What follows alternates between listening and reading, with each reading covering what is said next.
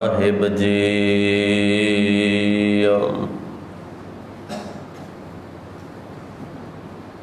मैं नाही कछ हौ नहीं, कछ आहे न मोरा। अवसर लज्जा राख लेहो, सधना जन तोरा। अवसर लज्जा राख लेहो, सधना जन तोरा।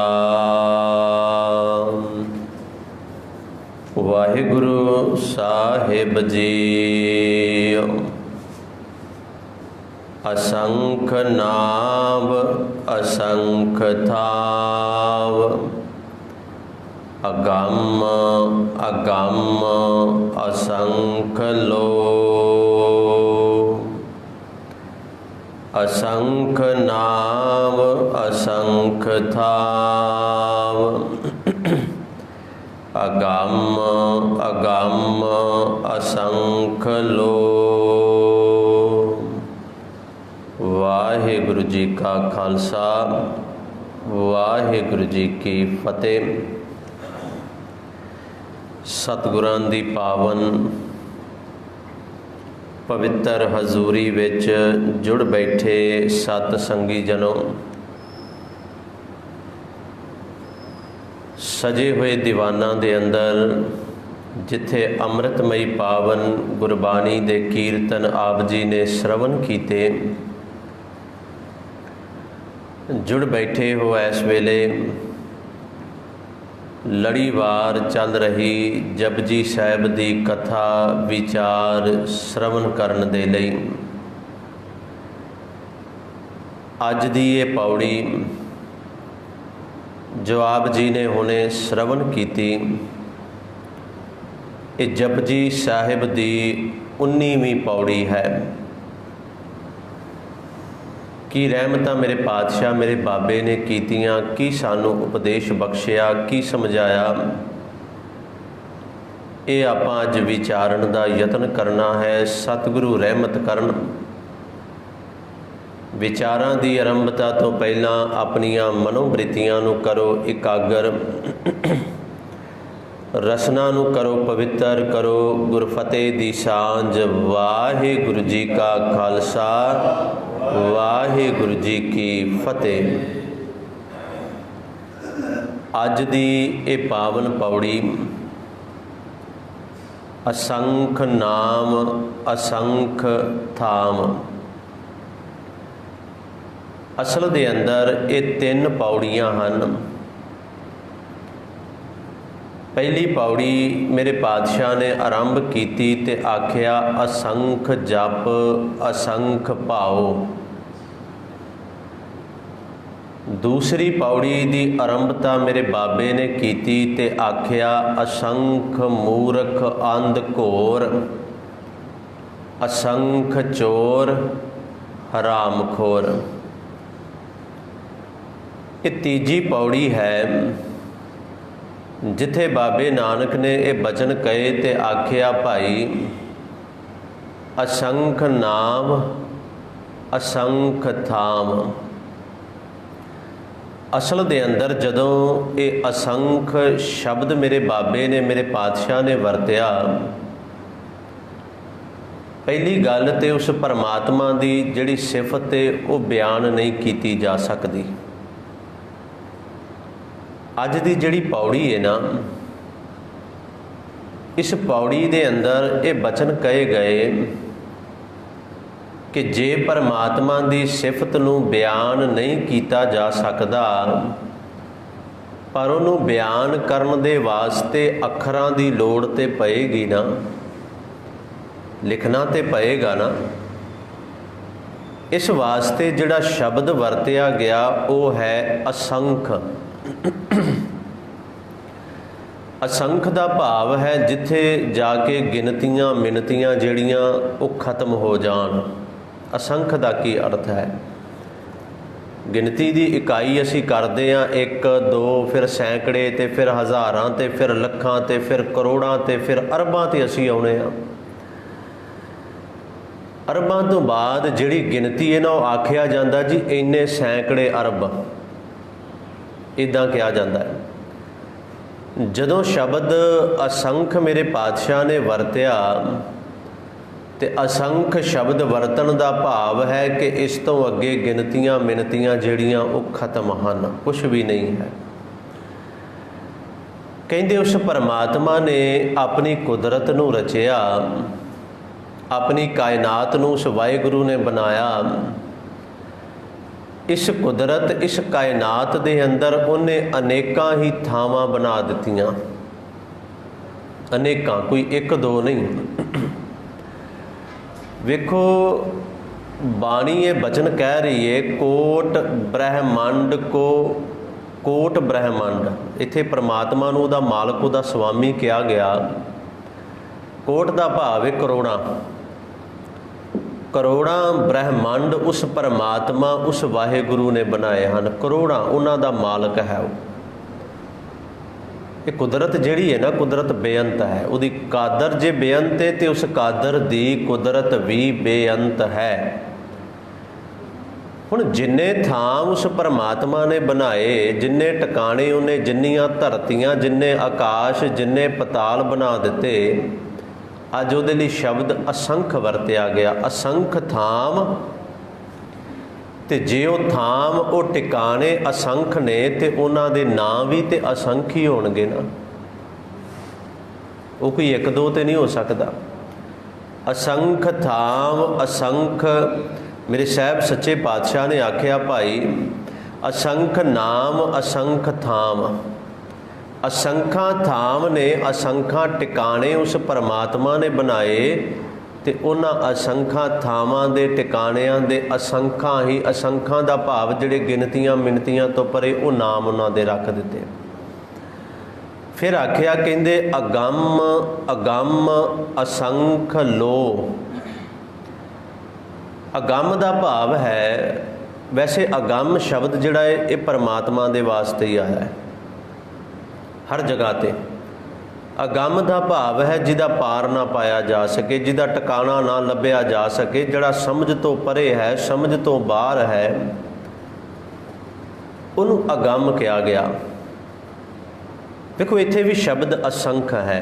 मेरे बाबे ने आख्या भाई वो जिहड़ा परमात्मा है ना वो आप भी अगम है तो सच जाने उहदी कुदरत भी अगम है। जिहड़ा कहिंदा है ना कि कुदरत के बारे असीं जाणदे हां, बेवकूफ़ी है। मैं अगे भी शायद एक दिन इत्थे ही बेनती कीती सी, असीं कुदरत नूं आ रुख झाड़ियां तक पहाड़ां तक सीमित करके रख लिया। मेरी असीं इंसान हाँ तो जो साडी अख वेंदी असीं उहदे ते यकीन करदे हां भी इन्ना कोई है, इवें ही है ना। पर जिन्ने खंड ब्रह्मंड, जिन्नियां गलैक्सीज ने, जिन्नियां आकाश गंगावां ने, जिन्ने ब्लैक होल, ये भी तो उस कादर की कुदरत है ना, ये किसी होर ने थोड़ी बनाया। असीं तो अपनी धरती के उतले जिन्ने को सानू दिस पे उन्ने को असीं उहनूं कुदरत कह दिता।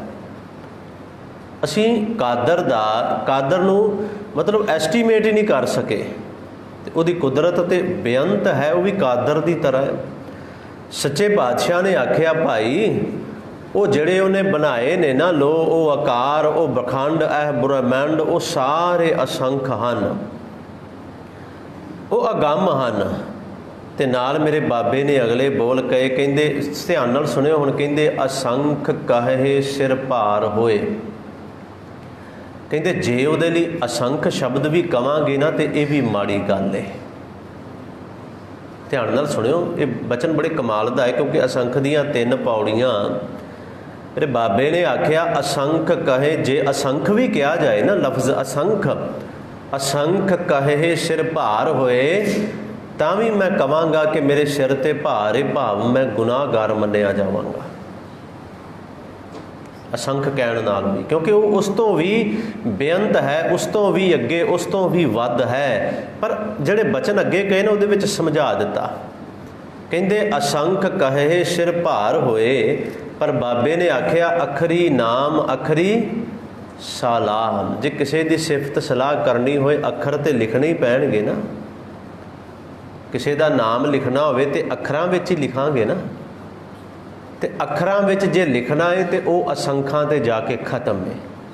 कहते मैं समझदा इस गल नूं। वेखो गुरु नानक साहब सच्चे पातशाह सचमुच रहमतां दे मुजस्मे ने। उन्हें ये गल कह दी कि जे मैं असंख कह रहा ना तो वह मैं तां कह रहा क्योंकि मैं लेखनी दी लिखत दी बंदिश दे अंदर हाँ। क्योंकि लिखत दे अंदर असंख तो अगे कुछ है ही नहीं, मैनूं इस करके असंख लिखना पै गया। पर वो तो असंखां तो भी बेअंत है। कहते मैं जानदा असंख कहे सिर भार होए।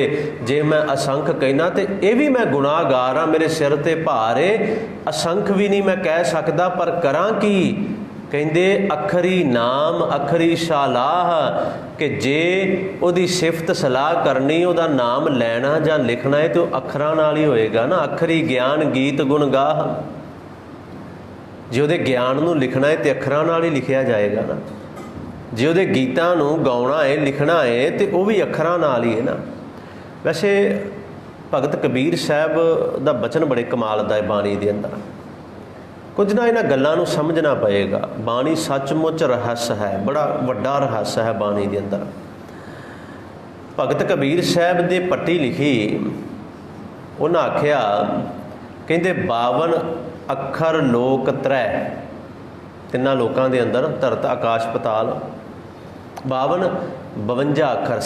साडी 35 है तो संस्कृत के 52 अखर ने। भगत कबीर साहब ने आख्या 52 अखर लोक त्रै सब कछ इन्हीं माहे। कि 52 अखर ने तो सब कुछ इन्हां अखरां दे विच ही लिखिया जाता है। इवें ही होएगा ना। बड़े कमाल दे बचन ने, ध्यान थोड़ा जिहा ध्यान नाल। कहते 52 अखर लोक त्रै सब कछ इन्हीं माहे। ये अखर खिर जाएंगे। ये अखर तो खत्म हो जाएंगे एक दिन। ये अखर तो एक दिन खत्म हो जाएंगे ना, नाश हो जाएंगे। वो अखर इनमें नाहे। तो जे असी कहीए कि असी इन्हां 52 अखरां दे नाल परमात्मा की सिफत कर सकते हैं तो ये साडी गलत फहमी है। एक वो अखर नहीं इन्हां दे अंदर जिन्हां अखरां दे नाल परमात्मा की सिफत की जाए। कहण दा भाव है उहदी सिफत इन्नी कु बेअंत इन्हां अखरां दे विच कैद हो के नहीं रह सकती। पर जे लिखना है तो लिखिया तो अखरां दे नाल ही जाएगा ना। फिर ये भी बंदिश है। ये अखर खिर जाएंगे वो अखर इनमें नाहे। फिर कहते जहाँ बोल तय अक्षर आवा जह अबोल तह मन ना रहावा। बोल अबोल मद है सोई। वेखो कहते जहाँ बोल तय अक्षर आवा। जे बोलांगे तो उत्थे अखर ने ना, अखरां नाल लिखिया जाएगा। जो लिखिया है उन्होंने बोलिया जाएगा। जहाँ बोल तह अक्षर आवा जह अबोल तह मन ना रहावा। उत्थे तो गल ही खत्म हो गई ना। फिर बोल अबोल मद है सोई। बोल ते अबोल दे मद विच ओ है। जस ओ है तस लखै ना कोई। बस यही बचन मेरे बाबे ने कहे भलिओ जे मैं उहदे लई असंख शब्द भी वरतां ते मैं गुनाहगार हाँ। पर जे मैं लिखां तो लिखण दे विच गिनती जिहड़ी है वो असंख तो अगे है ही नहीं। इस करके मैनूं असंख शब्द लिखना पै गया। अखरी नाम अखरी सलाह अखरी ज्ञान गीत गुण गाह। मेरे सच्चे पातशाह ने जिहड़े अगले बोल के अखरी लिखण बोलण बाण। अखरां नाल ही लिखिया जाएगा। जो लिखिया उन्होंने ही बोलिया जाएगा। अखरां सिर संजोग वखान। एक गल होर भी है, परमात्मा दा लिखिया हुक्म जिहड़ा है ना, जो संजोग ने जो भाग ने जिन्हां संजोगां दे करके परमात्मा मिलदा है सानूं। देखो मैनूं नहीं पता ये अर्थ विद्वानां ने बड़े तरह नाल कीते आ। पर अखर आ जिहड़े गुरबाणी विच भी तो अक्सर शब्द ही ने, अखर ही ने, 35 अखरी है गुरबाणी दे अंदर। क्योंकि गुरमुखी है, लिपि गुरमुखी है, अखरी 35 वरती गई है। हुण मैं ये जिहड़े अर्थ समझदा ना अपनी मत के अनुसार, ये जिहड़ा संजोग है ना परमात्मा ते साडे मिलाप दा, ये भी अखरां तो बिना संभव नहीं है बिल्कुल भी। जे ये अखर पढ़ांगे, ये शब्द पढ़ांगे, इनू पढ़ के सुन के मन के अंदर वसावांगे ਤੇ ਤਾਂ ਹੀ परमात्मा ਦੇ ਮੇਲ ਦਾ ਸੰਜੋਗ ਬਣੇਗਾ ਨਾ। ਅੱਖਰ ਤੇ ਜ਼ਰੂਰੀ ਨੇ ਨਾ। ਬਾਬੇ ਨੇ ਅੱਜ ਜਿਹੜੇ ਬੋਲ ਕਹੇ ਨਾ, ਆਖਿਆ ਅੱਖਰਾਂ ਸਿਰ ਸੰਜੋਗ ਵਖਾਣ, ਇਹ ਸੰਜੋਗ ਹਨ परमात्मा ਤੇ ਸਾਡੇ ਵਿਚਕਾਰ। ਜਿਵੇਂ ਗੁਰੂ ਵਿਚੋਲਾ ਹੈ ਨਾ, ਇਨਸਾਨ ਤੇ ਰੱਬ ਦੇ ਵਿਚਕਾਰ ਗੁਰੂ ਵਿਚੋਲਾ ਹੈ, ਵਿਚੋਲਗੀ ਦਾ ਕੰਮ ਕਰਦਾ ਹੈ ਗੁਰੂ। ਇੱਧਰੋਂ ਇਨਸਾਨ ਦੀ ਬਾਂਹ ਫੜ ਕੇ, ਹੱਥ ਫੜ ਕੇ ਉੱਧਰੋਂ ਵਾਹਿਗੁਰੂ ਦੇ ਹੱਥ ਵਿੱਚ ਫੜਾਉਂਦਾ ਹੈ। ਬਾਣੀ ਨੇ ਵੀ ਇਹ ਬਚਨ ਕਹੇ ਨੇ। ਆਖਿਆ ਭਾਈ ਜਿਹੜਾ ਗੁਰੂ ਹੈ ਨਾ, ਗੁਰੂ ਇਹ ਦਰਗਾਹ ਕਾ ਬਸੀਠ ਹੈ। ਬਸੀਠ ਵਿਚੋਲੇ ਨੂੰ ਕਹਿੰਦੇ ਨੇ, ਦਰਗਾਹ ਦਾ ਵਿਚੋਲਾ ਹੈ। ਕਿਵੇਂ? ਹਰ ਨਾਮੋ ਮੰਤਰ ਦ੍ਰਿੜਾਏਂਦਾ ਕੱਟੇ ਹਉਮੈ ਰੋਗ। ਗੁਰੂ ਇਸ ਤਰ੍ਹਾਂ ਵਿਚੋਲਗੀ ਕਰਦਾ ਹੈ ਕਿ परमात्मा ਦੇ ਨਾਮ ਦਾ ਮੰਤਰ ਦ੍ਰਿੜ ਕਰਾਉਂਦਾ ਹੈ ਤੇ ਹਉਮੈ ਦਾ ਰੋਗ ਅੰਦਰੋਂ ਬਾਹਰ ਕੱਢਦਾ ਹੈ। ਨਾਨਕ ਸਤਿਗੁਰ ਤੇ ਨਾ ਮਿਲਾਇਆ ਜਿਨ੍ਹਾਂ ਧੁਰੇ ਪਿਆ ਸੰਜੋਗ। ਵੇਖੋ ਇਹ ਜਿਹੜੇ ਸ਼ਬਦ ਨੇ, ਗੁਰੂ ਸ਼ਬਦ ਸਾਡਾ ਗੁਰੂ ਹੈ। ਗੁਰੂ ਸ਼ਬਦ ਹੈ ਜਿਸ ਗੁਰੂ ਨੇ ਸਾਨੂੰ ਗਿਆਨ ਦੇਣਾ ਹੈ। ਸ਼ਬਦ ਗੁਰੂ ਹੈ ਜਿਸ ਗੁਰੂ ਤੋਂ ਅਸੀਂ ਗਿਆਨ ਹਾਸਲ ਕਰਨਾ ਹੈ। ਗਿਆਨ ਸਾਡਾ ਗੁਰੂ ਨਹੀਂ ਹੈ। ਅਸੀਂ ਸਕੂਲ ਜਾਂਦੇ ਹਾਂ, ਟੀਚਰ ਨੂੰ ਵਿੱਚੋਂ ਬਾਹਰ ਕੱਢ ਦਿਓ, ਤੁਹਾਨੂੰ ਕੁਝ ਮਿਲੇਗਾ? ਟੀਚਰ ਨੂੰ ਬਾਹਰ ਕੱਢ ਦਿਓ ਸਕੂਲ ਦੇ ਵਿੱਚੋਂ, ਬੱਚੇ ਨੂੰ ਭੇਜ ਦਿਓ ਵੀ ਗਿਆਨ ਨੂੰ ਲੈਣ ਚੱਲੇ ਆ, ਤੇ ਟੀਚਰ ਤੋਂ ਬਿਨਾਂ, ਉਹਨੂੰ ਅਧਿਆਪਕ ਤੋਂ ਬਿਨਾਂ ਕੁਝ ਹਾਸਲ ਹੋਏਗਾ? ਇੱਕ ਵੱਡੀ ਮੂਰਖਤਾ ਹੀ ਹੈ ਕਿ ਸਕੂਲ ਵਿੱਚੋਂ ਟੀਚਰ ਨੂੰ ਬਾਹਰ ਕੱਢ ਕੇ ਅਸੀਂ ਗਿਆਨ ਦੀ ਗੱਲ ਕਰਨ ਲੱਗ ਪੈਂਦੇ ਹਾਂ। ਨਹੀਂ, ਕਿਉਂਕਿ ਬਾਣੀ ਜਿਹੜਾ ਤੁਹਾਨੂੰ ਕਹਿੰਦਾ ਹੈ ਨਾ ਗਿਆਨ ਗੁਰੂ ਹੈ, ਉਹ ਤੁਹਾਨੂੰ ਬਾਣੀ ਦੇ ਅਰਥ, ਬਾਣੀ ਦੀ ਇੱਕ ਵੀ ਪੰਕਤੀ ਨਹੀਂ ਸੁਣਾ ਪਾਏਗਾ ਜਿਹੜਾ ਇਹ ਗੱਲ ਕਹਿੰਦਾ ਗਿਆਨ ਗੁਰੂ ਹੈ। ਤੇ ਜਿਹੜੇ ਗੁਰੂ ਤੇ ਵਾਰ-ਵਾਰ ਪੁਕਾਰ ਕੇ ਕਹਿ ਰਿਹਾ ਹੈ ਭਲਿਆ ਕਿ ਅਸਲ ਵਿੱਚ ਗੁਰੂ ਹੀ ਗਿਆਨ ਦੇਣ ਵਾਲਾ ਹੈ। ਗੁਰੂ ਤੋਂ ਬਿਨਾਂ ਗਿਆਨ ਹੈ ਹੀ ਨਹੀਂ। ਅਸਲੀਅਤ ਹੈ, ਗੁਰੂ ਤੋਂ ਬਿਨਾਂ ਕੁਝ ਵੀ ਹਾਸਲ ਨਹੀਂ ਹੋਣਾ। ਖੈਰ ਇਹ ਵਿਸ਼ੇ ਵੱਲ ਇਸ ਪਾਸੇ ਨਾ ਜਾਵਾਂ, ਇੱਧਰ ਰਵਾਂ। ਸੱਚੇ ਪਾਤਸ਼ਾਹ ਨੇ ਜਿਹੜੇ ਬੋਲ ਕਹੇ ਨਾ, ਆਖਿਆ ਭਲਿਓ ਕਿ ਅੱਖਰਾਂ ਤੋਂ ਬਿਨਾਂ ਕੁਝ ਵੀ ਹਾਸਲ ਨਹੀਂ, ਤੇ ਅੱਖਰ ਸ਼ਬਦ ਹਨ। ਸ਼ਬਦ ਸਾਡਾ ਗੁਰੂ ਹੈ, ਗੁਰੂ ਤੋਂ ਗਿਆਨ ਮਿਲਣਾ ਹੈ। ਗੁਰੂ ਹੀ ਇਹ ਸੰਜੋਗ ਬਣਾਉਂਦਾ ਹੈ ਜਿਹਦੇ ਨਾਲ ਅਸੀਂ परमात्मा ਨੂੰ ਮਿਲਦੇ ਹਾਂ। परमात्मा ਦਾ ਮਿਲਾਪ ਹੈ। ਅੱਜ ਵੀ ਇਹ ਬਚਨ ਨੇ। ਆਖਿਆ ਭਾਈ ਅੱਖਰਾਂ ਸਿਰ ਸੰਜੋਗ ਵਖਾਣ। ਫਿਰ ਅਗਲੇ ਬੋਲ ਕੇ ਜਿਨ ਇਹ ਲਿਖੇ ਤਿਸ ਸਿਰ ਨਾਹੇ। ਵੇਖੋ ਜਿਹਦੇ ਵਾਸਤੇ ਇਹ ਅੱਖਰ ਲਿਖੇ ਗਏ ਨਾ, ਜਾਂ ਜਿਨ੍ਹੇ ਇਹ ਅੱਖਰ परमात्मा ਦੀ ਸਿਫਤ ਲਈ ਲਿਖੇ। ਵੈਸੇ ਮੈਂ ਤਾਂ ਹੀ ਇਹ ਪਹਿਲਾਂ ਕਹਿ ਚੁੱਕਿਆ ਕਿ ਅਸੀਂ ਕਹੀਏ ਕਿ ਅੱਖਰਾਂ ਵਿੱਚ परमात्मा ਦੀ ਸਿਫਤ ਬਿਆਨ ਹੋ ਜਾਵੇ, ਪੋਸੀਬਲ ਨਹੀਂ ਹੈ। ਪਰ ਲਿਖਣੇ ਤੇ ਅੱਖਰ ਹੀ ਪੈਣਗੇ ਨਾ, ਸ਼ਬਦ ਤੇ ਵਰਤਣਾ ਹੀ ਪਏਗਾ।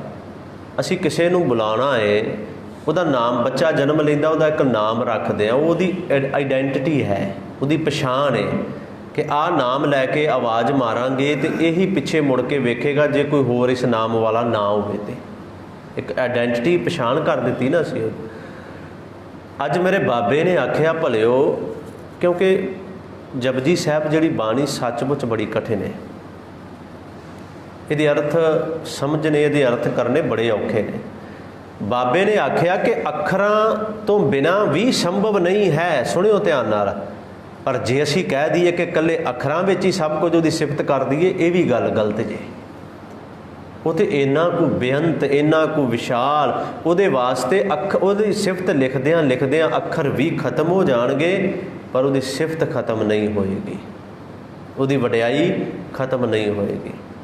ਇਹ ਅੱਖਰ ਖਿਰ ਜਾਏ, ਖਤਮ ਹੋ ਜਾਣਗੇ ਇੱਕ ਦਿਨ। ਫਿਰ ਮੇਰੇ ਬਾਦਸ਼ਾਹ ਨੇ ਆਖਿਆ ਭਾਈ ਇਹ ਉਹਦੀਆਂ ਵਡਿਆਈਆਂ ਹਨ, ਉਹਦੀਆਂ ਰਹਿਮਤਾਂ ਹਨ। ਜੇ ਅਸੀਂ ਕਹਿ ਦਈਏ ਉਹ ਅੱਖਰਾਂ ਵਿੱਚ ਪਰੋਇਆ ਜਾਏਗਾ, ਨਹੀਂ। ਫਿਰ ਅਗਲੇ ਬੋਲ ਕਹੇ, ਆਖਿਆ ਜਿਵ ਫਰਮਾਏ ਤਿਵ ਤਿਵ ਪਾਹੇ। ਜਿਨੇ ਲਿਖੇ ਤਿਸ ਸਿਰ ਨਾਹੇ। ਜਿਵ ਫਰਮਾਏ ਤਿਵ ਤਿਵ ਪਾਹੇ। ਜੇਤਾ ਕੀਤਾ ਤੇਤਾ ਨਾਉ। ਵਿਨ ਨਾਮੈ ਨਾਹੀ ਕੋ ਥਾਉ। ਆਹ ਪੰਕਤੀ ਇਹਨਾਂ ਪਿਛਲੀਆਂ ਪੰਕਤੀਆਂ ਨਾਲ ਜੁੜਦੀ ਹੈ। ਵਿਨ ਨਾਵੈ ਨਾਹੀ ਕੋ ਥਾਉ। ਬਿਨਾਂ ਨਾਮ ਤੋਂ, ਬਿਨਾਂ ਪਛਾਣ ਤੋਂ, ਬਿਨਾਂ ਆਈਡੈਂਟਿਟੀ ਤੋਂ ਜੇ ਅਸੀਂ ਕਹਿ ਲਈਏ ਕਿ ਅਸੀਂ ਕਿਸੇ ਥਾਂ ਨੂੰ, ਹੁਣ ਇੱਕ ਪਹਾੜ ਹੈ ਉਹਦਾ ਨਾਮ ਵੀ, ਤੇ ਉਹਨੂੰ ਵੀ ਵੇਖੋ, ਹੁਣ ਸਮਝਿਓ, ਇੱਕ ਪਹਾੜ ਹੈ ਉਹਦਾ ਨਾਮ ਰੱਖ ਦਿੱਤਾ, ਉਹਦਾ ਇੱਕ ਨਾਮ ਰੱਖਿਆ ਕਿ ਇਹ ਮਾਊਂਟ ਐਵਰੈਸਟ ਹੈ। ਉਹਦਾ ਨਾਮ ਹੈ ਮਾਊਂਟ ਐਵਰੈਸਟ। ਹੈ ਕੀ ਹੈ? ਉਹ ਹੈ ਤੇ ਇੱਕ ਪਹਾੜ ਹੀ ਹੈ ਨਾ। ਉਹਨੂੰ ਪਹਿਲਾਂ ਉਹਦਾ ਨਾਮ ਪਹਾੜ ਹੀ ਹੈ, ਫਿਰ ਅਸੀਂ ਉਹਨੂੰ ਇੱਕ ਵੱਖਰਾ ਨਾਮ ਦੇ ਦਿੱਤਾ। ਪਹਾੜ ਤੇ ਸਾਰੇ ਹੀ ਹੋ ਗਏ ਨਾ, ਜਿੰਨੇ ਵੀ ਨੇ ਉਹ ਸਾਰੇ ਪਹਾੜ ਨੇ, ਪਰ ਅਸੀਂ ਇੱਕ ਕੰਚਨਜੰਗਾ ਦੇ ਦਿੱਤਾ। ਸ਼ਾਇਦ ਇੰਡੀਆ ਦੀ ਸਭ ਤੋਂ ਉੱਚੀ ਪਰਬਤ ਚੋਟੀ, ਆਈ ਥਿੰਕ ਮਾਊਂਟ ਐਵਰੈਸਟ ਦੁਨੀਆ ਦੀ। ਗੱਲ ਇਹ ਹੈ ਕਿ ਇੱਕ ਪਹਾੜ ਤੇ ਉਹ ਹੈ, ਅਸੀਂ ਕਹਿੰਦੇ ਜੀ ਆਹ ਪਹਾੜ ਬੜਾ ਸੋਹਣਾ ਹੈ, ਪਰ ਕਿਸੇ ਨੇ ਆ ਕੇ, ਜਿਹੜਾ ਜ਼ਿਆਦਾ ਜਾਣਦਾ, ਉਹਨੇ ਕਹਿ ਦਿੱਤਾ ਭਲਿਆ ਇਹਦਾ ਇੱਕ ਨਾਮ ਵੀ ਹੈ। ਇਸ ਪਹਾੜ ਦਾ ਆਹ ਜਿਹੜਾ ਨਾਮ ਉਹ ਰੱਖ ਦਿੱਤਾ ਗਿਆ ਹੈ। ਹਰ ਜਗ੍ਹਾ ਦਾ ਇੱਕ ਨਾਮ ਰੱਖਿਆ ਜਾਂਦਾ ਹੈ, ਹਰ ਜਗ੍ਹਾ ਦਾ। ਪਰਮਾਤਮਾ ਵੇਖੋ, ਜੇ ਨਾਮ ਨਾ ਹੋਏਗਾ ਤੇ ਅਸੀਂ ਪਰਮਾਤਮਾ ਵੀ ਉਹਨੂੰ ਕਹਿੰਦੇ ਇੱਕ ਨਾਮ ਉਹਦਾ ਰੱਖ ਦਿੱਤਾ ਨਾ, ਉਹਦੇ ਗੁਣਾਂ ਨੂੰ, ਉਹਦੇ ਵਿਸ਼ੇਸ਼ਣ ਨੂੰ ਬਿਆਨ ਕਰਦਾ ਹੈ। ਪਰਮ ਆਤਮਾ, ਜਿਹੜੀ ਆਤਮਾ ਸਭ ਤੋਂ ਵੱਡੀ ਹੈ, ਗੋਪਾਲ, ਗੋ ਧਰਤੀ, ਪਾਲ ਪਾਲਣ ਵਾਲਾ, ਗੋਪਾਲ ਜਿਹੜਾ ਧਰਤੀ ਨੂੰ ਪਾਲਦਾ ਹੈ। ਅਸੀਂ ਕਹਿ ਦਿੱਤਾ ਉਹ ਬੇਅੰਤ ਹੈ, ਪਰ ਇੱਕ ਨਾਮ ਤੇ ਉਹਨੂੰ ਦਿੱਤਾ ਹੈ ਨਾ, ਅਸੀਂ ਦੇਣਾ ਪਏਗਾ ਨਾ ਉਹਨੂੰ ਸਮਝਣ ਵਾਸਤੇ। ਹਾਂ, ਇੱਕ ਸੰਸਾਰਿਕ ਨਾਮ ਨੇ, ਇੱਕ ਉਹਦੇ ਕਰਮ ਨਾਮ ਨੇ, ਕਰਮ ਨਾਮ, ਇੱਕ ਉਹਦੇ ਕਿਰਤਮ ਨਾਮ ਹਨ। ਗੁਰੂ ਗ੍ਰੰਥ ਸਾਹਿਬ ਨੇ ਰਾਮ ਆਖਿਆ, ਜਿਹੜਾ ਸਾਰਿਆਂ ਵਿੱਚ ਰਮਿਆ ਹੈ, ਉਹ ਰਮਿਆ ਹੈ ਸਾਰਿਆਂ ਵਿੱਚ, ਉਹਦਾ ਨਾਮ ਰਾਮ ਰੱਖ ਦਿੱਤਾ। ਉਹ ਧਰਤੀ ਨੂੰ ਪਾਲਣ ਵਾਲਾ, ਉਹਦਾ ਨਾਮ ਗੋਪਾਲ ਰੱਖ ਦਿੱਤਾ। ਉਹ ਧਰਤੀ ਦਾ ਆਸਰਾ ਹੈ, ਉਹਦਾ ਨਾਮ ਗੋਵਿੰਦ ਕਹਿ ਦਿੱਤਾ ਸੀ, ਗੋਵਿੰਦ ਧਰਤੀ ਦਾ ਆਸਰਾ। ਉਹ ਸਭ ਤੋਂ ਵੱਡੀ ਆਤਮਾ, ਉਹਦਾ ਨਾਮ ਅਸੀਂ ਪਰਮਾਤਮਾ ਰੱਖ ਦਿੱਤਾ। ਉਹ ਮਾਇਆ ਦੀ ਕਾਲਖ ਤੋਂ ਰਹਿਤ, ਅਸੀਂ ਉਹਨੂੰ ਨਿਰੰਜਨ ਕਹਿਣਾ ਸ਼ੁਰੂ ਕਰ ਦਿੱਤਾ। ਬੇਅੰਤ ਹੈ ਪਰ ਨਾਮ ਤੇ ਦਿੱਤਾ ਹੈ ਨਾ ਇੱਕ। ਬਸ ਆਹ ਇਹਦੇ ਅਰਥ ਨੇ ਕਿ ਅੱਖਰਾਂ ਦੇ ਅੰਦਰ ਉਹਦੀ ਸਿਫਤ ਬਿਆਨ ਨਹੀਂ ਕੀਤੀ ਜਾ ਸਕਦੀ, ਪਰ ਉਹਦੀ ਸਿਫਤ ਬਿਆਨ ਕਰਨ ਲਈ ਅੱਖਰਾਂ ਦੀ ਲੋੜ ਤੇ ਪੈਂਦੀ ਹੈ ਨਾ, ਜਿੰਨਾ ਕੁ ਵੀ ਹੋ ਸਕੇ। ਇਹਦੇ ਵਿੱਚ ਨਾ ਅੱਜ ਮੇਰੇ ਪਾਤਸ਼ਾਹ ਨੇ ਬੜੇ ਕਮਾਲ ਦੇ ਤਰੀਕੇ ਨਾਲ ਸਮਝਾਇਆ ਜੇ ਸਾਨੂੰ ਕਿ ਭਾਈ ਉਸ ਪਰਮਾਤਮਾ ਲਈ ਜਿੰਨਾ ਕੁਝ ਲਿਖਿਆ ਗਿਆ ਉਹ ਘੱਟ ਲਿਖਿਆ ਗਿਆ ਹੈ, ਉਹ ਤੇ ਇਸ ਤੋਂ ਵੀ ਬਹੁਤ ਅੱਗੇ ਹੈ, ਬਹੁਤ ਬੇਅੰਤ ਹੈ। ਕੁਦਰਤ ਕਵਤਾ ਹੀ ਕਿਹਾ ਨਾ, ਕੁਦਰਤ ਕਵਨ ਕਹਾ ਵਿਚਾਰ, ਵਾਰਿਆ ਨਾ ਜਾਵਾ। ਕਿਵੇਂ ਉਹਨੂੰ ਅਸੀਂ ਮਿਣ ਲਵਾਂਗੇ, ਕਿਵੇਂ ਉਹਨੂੰ ਗਿਣ ਲਵਾਂਗੇ, ਕਿਵੇਂ ਉਹਨੂੰ ਜਾਣ ਲਵਾਂਗੇ। ਗੁਰੂ ਗ੍ਰੰਥ ਸਾਹਿਬ ਦੇ ਅੰਦਰ ਉਸ ਪਰਮਾਤਮਾ ਦੀ ਸਿਫਤ ਹੈ, ਵਡਿਆਈ ਹੈ, ਉਸ ਪਰਮਾਤਮਾ ਬਾਰੇ ਦੱਸਿਆ ਗਿਆ, ਪਰ ਫਿਰ ਵੀ ਪਰਮਾਤਮਾ ਨੂੰ ਬੇਅੰਤ ਕਹਿ ਦਿੱਤਾ ਗਿਆ। ਬੇਅੰਤ, ਜਿਹਦਾ ਕੋਈ ਅੰਤ ਨਹੀਂ ਪਾ ਸਕਦਾ। ਉਹਨੂੰ ਫਿਰ ਵੀ ਅਪਾਰ ਕਹਿ ਦਿੱਤਾ ਗਿਆ, ਜਿਹਦਾ ਕੋਈ ਪਾਰ ਨਹੀਂ ਪਾ ਸਕਦਾ। ਇਵੇਂ ਹੀ ਹੈ ਨਾ। ਵੇਖੋ, ਲਿਖ ਵੀ ਦਿੱਤਾ ਗਿਆ ਉਹਦੇ ਬਾਰੇ। ਤੇ ਗੁਰੂ ਨਾਨਕ ਸਾਹਿਬ ਦਾ ਆ ਸ਼ਬਦ ਮੈਂ ਪੜ੍ਹ ਕੇ ਸਮਾਪਤੀ ਵਾਲੇ ਪਾਸੇ ਆਵਾਂ। ਸਿੱਧ ਗੋਸ਼ਟ ਦਾ ਸ਼ਬਦ ਮੈਂ ਆਰੰਭਤਾ ਜਿਸ ਦਿਨ ਕੀਤੀ ਸੀ ਨਾ ਜਪਜੀ ਸਾਹਿਬ ਦੀ, ਇਸੇ ਸ਼ਬਦ ਤੋਂ ਕੀਤੀ ਸੀ। ਗੁਰੂ ਨਾਨਕ ਸਾਹਿਬ ਸੱਚੇ ਪਾਤਸ਼ਾਹ ਨੇ ਅਖੀਰ ਤੇ ਸਿੱਧਾਂ ਨੂੰ ਜਾ ਕੇ ਇਹ ਬੋਲ ਕਹੇ ਸਨ, ਭਲਿਓ ਉਹ ਪਰਮਾਤਮਾ ਜਿਹੜਾ ਹੈ ਨਾ, ਉਹ ਗਿਣਤੀਆਂ ਮਿਣਤੀਆਂ ਇਹਨਾਂ ਸਭ ਤੋਂ ਪਰੇ ਹੈ, ਸਭ ਤੋਂ। ਜੇ ਅਸੀਂ ਸੋਚ ਲਵਾਂਗੇ ਨਾ, ਹਾਂ, ਜੇ ਉਹਨੂੰ ਪਾਉਣਾ ਹੈ ਤੇ ਉਹਦੀਆਂ ਰਹਿਮਤਾਂ ਨਾਲ ਉਹਨੂੰ ਸਮਝਿਆ ਜਾ ਸਕਦਾ ਹੈ। ਜਿਹਦੇ ਉੱਤੇ ਉਹ ਵਡਿਆਈਆਂ ਕਰੇ ਉਹੀ ਸਮਝ ਸਕਦਾ ਹੈ, ਦੂਜਾ ਉਹਨੂੰ ਸਮਝ ਨਹੀਂ ਸਕਦਾ। ਜਿੰਨਾ ਮਰਜ਼ੀ ਕੋਈ ਯਤਨ ਲਾ ਲਵੇ, ਜਿੰਨਾ ਮਰਜ਼ੀ ਕੋਈ ਯਤਨ ਕਰ ਲਵੇ। ਅੱਜ ਵੀ ਮੇਰੇ ਬਾਬੇ ਨੇ, ਮੇਰੇ ਪਾਤਸ਼ਾਹ ਨੇ ਇਹੀ ਬਚਨ ਕਹੇ ਹਨ, ਤੇ ਅਖੀਰ ਤੇ ਜਾ ਕੇ ਉਹੀ ਗੱਲ ਸਮਝਾਈ ਕਿ ਭਲਿਓ ਕੁਦਰਤ ਕਵਨ ਕਹਾ ਵਿਚਾਰ, ਵਾਰਿਆ ਨਾ ਜਾਵਾ ਏਕ ਵਾਰ, ਜੋ ਤੁਧ ਭਾਵੈ। ਤੇ ਆ ਪੰਕਤੀ ਗੱਲ ਖਤਮ ਕਰਦੀ ਹੈ ਜਦੋਂ ਆਖਿਆ ਨਾ, ਤੂੰ ਸਦਾ ਸਲਾਮਤ